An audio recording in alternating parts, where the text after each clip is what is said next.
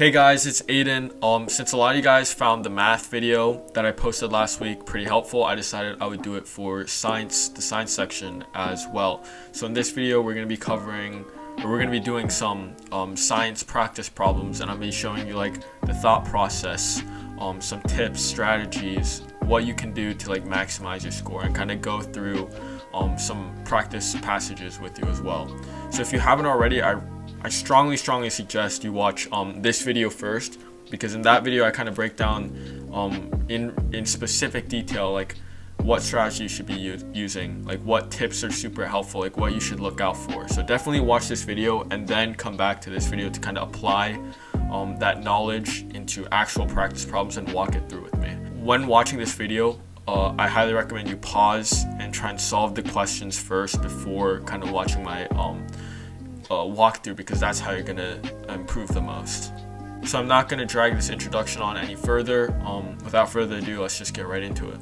So before we kind of dive into the walkthrough, here's the science section. Just like pause the video and try to work through it on your own, because that's gonna be a lot more helpful than just watching, my walkthrough without having done it first. So pause the video and try it yourself.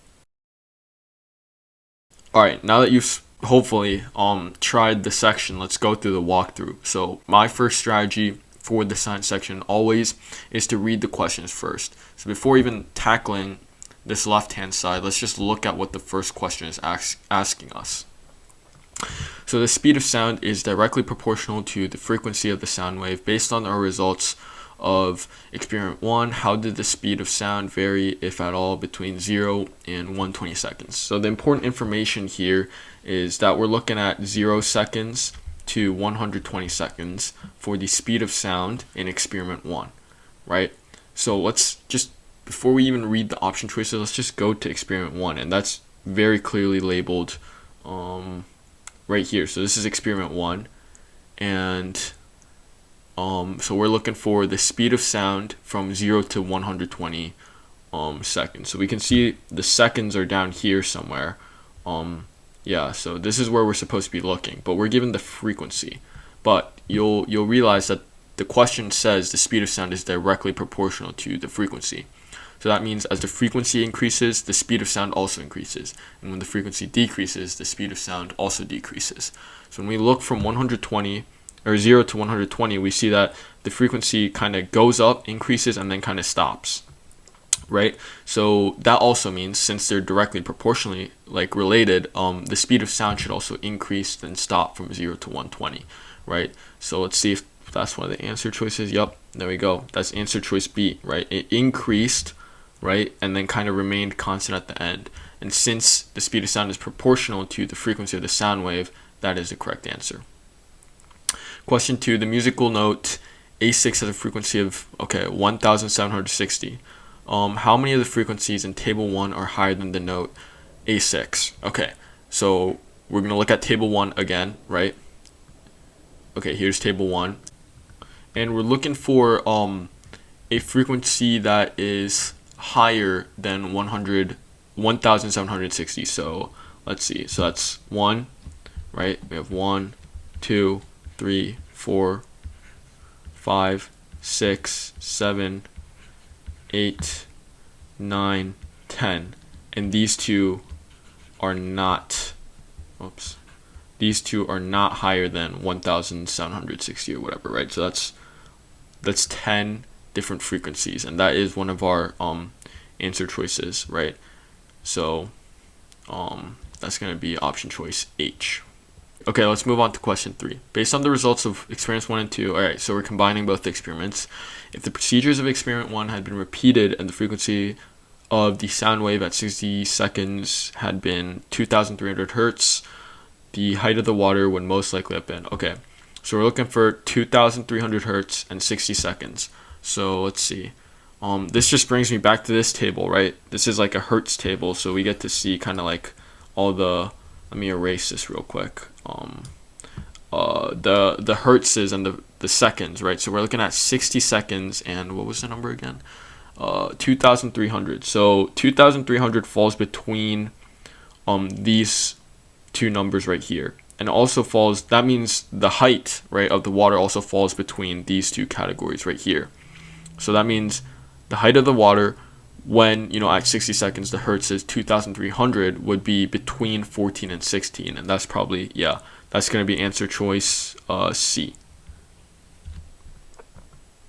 All right, question 4. In experiment 1, which of the following time intervals was the average rate of the change in frequency the least? Okay, so back to experiment 1. So we're probably looking at this right here. The average change in frequency. So we have frequency right here, but the average change. So what that means is we're looking for the area between these two times that has the smallest slope, right? Because that means it's not changing that much. And we can see it's from 0 to 10, 20 to 30, 40 to 50, or 60 to 70, right? So we can kind of see that it starts like growing, like the slope at the beginning is high, and then it starts dwindling down and down and down. So the rate of change is actually decreasing as the time increases. So that's the key pattern that they want you to know. So the rate of change starts out really high at 0 to 10, and then it starts dwindling, and at the end the rate of change is like basically 0 because it's not changing at all. So that means the latest time frame would have the lowest average rate of change in frequency, right? So that's going to be J. Question 5. In which of the experiments, if either, did the scientists vary the rate of tapping the base of the beaker? Okay, so now we actually have to read the descriptions here. So it seems like, okay, base of the beaker is tapped. Okay, so they performed 2 experiments where they tapped the base of the beaker. Scientist, okay. So it doesn't talk anywhere about changing the rate of tapping the base. So a constant rate, right? So it doesn't change it in experiment 1. Okay, so they don't change, right, the tapping like at all in experiment 1 because it says they tapped it at a constant rate. Let's look at experiment 2. They repeated the same procedures, okay, as experiment 1, except varied the height of the water. So they didn't change the rate of the tapping. So it's neither experiment 1 or 2 that they like varied the rate of tapping, right? So it's going to be D. 6. Based on the procedures of experiment 1 and experiment 2, what was the height of the water when the water had the least concentration of salt? Okay, this one's kind of tough. So we're looking for the height of water and concentration of salt. Let's see. So where does it mention salt? We're skimming for salt. Okay, I see salt right here. 2 experiments, okay, with water and salt. Okay. The scientists added 10 grams of salt and stirred the solution. Okay.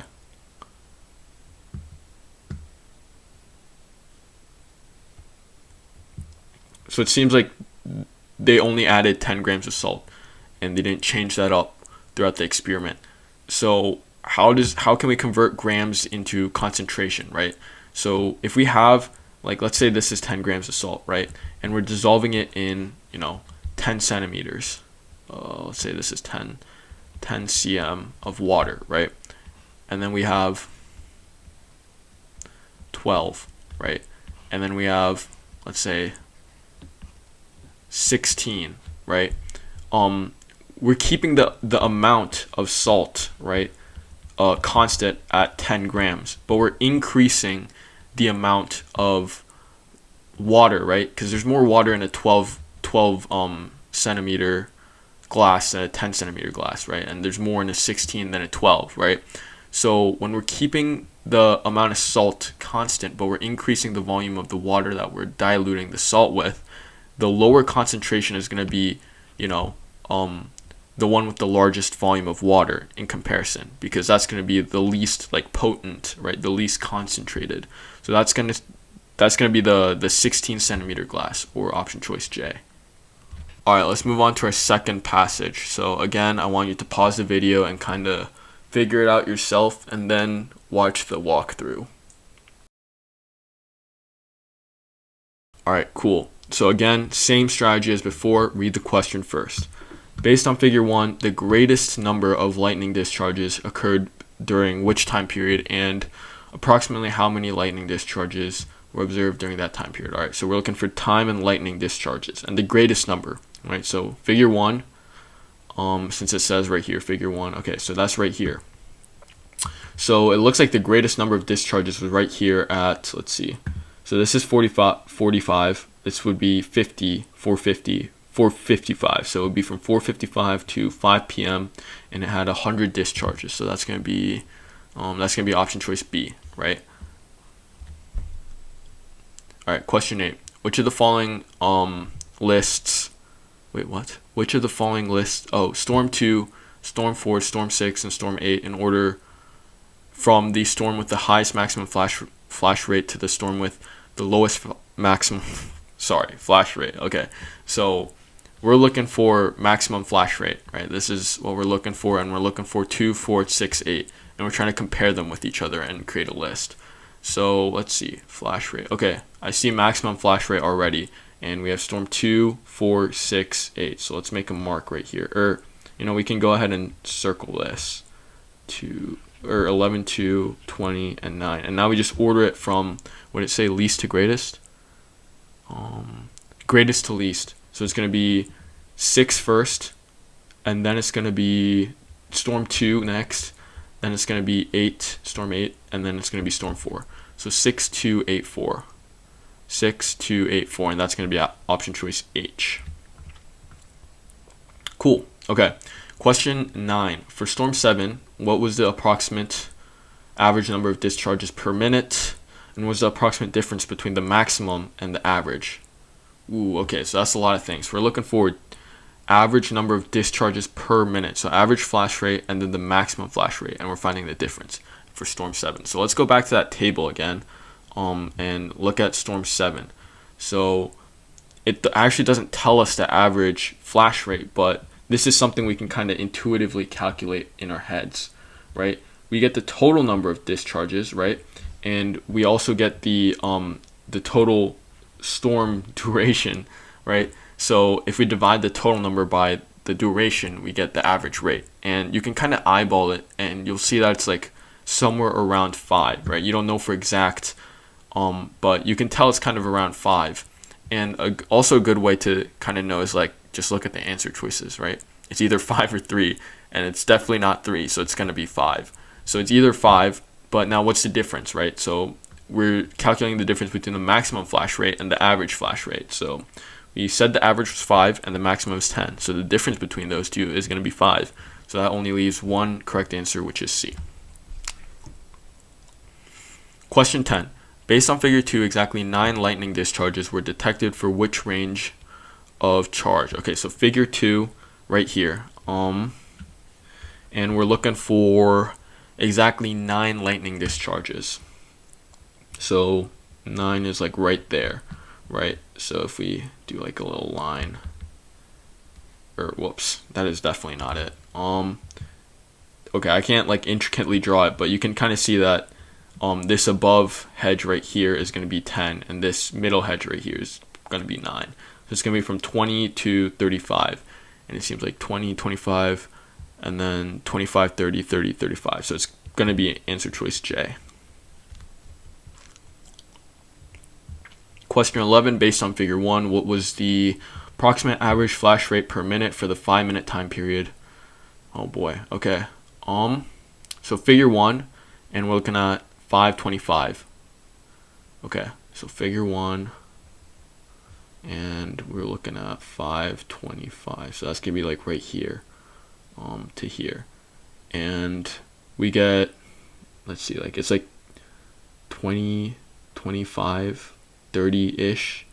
I'd say like 25 to like 30-ish. Like on the test, like you'd have like you'd be able to draw kind of and figure it out. But I'm gonna eyeball it and say like 25 or something, right? And that's none of the answers. So let's see. Oh, I see. So it's a 5. It's okay. So we're trying to find the rate, flash rate per minute, right? But what this graph actually gives us is the 5-minute interval. So we actually have to divide 25 by 5, right? And we get 5 discharges per minute, right? And even if you can't like eyeball it and get 25, you can automatically know that these are kind of wrong, right? Because 9 discharges a minute means 45 discharges in a 5-minute interval, and like 45 is way up here, right? That's definitely not anywhere close to where the actual value is, and it only gets higher from up here. So you obviously know it's not going to be those answers, and it has to be A. Okay. Question 12. Based on table 1 and the description of figure 2, okay, so we're looking at these two. How many lightning discharges from storm 6 are not represented in figure 2? Okay, so table 1, figure 2, storm 6, and lightning discharges. So let's look at table 1 first. So total number of lightning discharges, storm 6 is going to be 515. And let's look at figure 2. Okay, so storm 6, negative, blah, blah, blah. Each of the 70 lightning discharges. So 515 lightning discharges from storm 6, but 70 of them are portrayed in this figure right here. And what we're asked to find is how many are not represented in figure 2, right? So we're just basically going to subtract this, and this is like what? 445. Yeah. So that's going to be option choice H. And even if you didn't know how to do this mentally, like that it's not going to be 515, and it's like going to be bigger than 70 and 75, so you can pick 4, 5. So yeah. So that's going to about wrap it up for today's video. If it was helpful, which I hope it was, feel free to drop a like and a subscribe, or not if you don't want to. But yeah, if you have any questions or content recommendations, like things you guys want to see next, feel free to leave that in the comments. And yeah, good luck with your ACT studying, and peace out.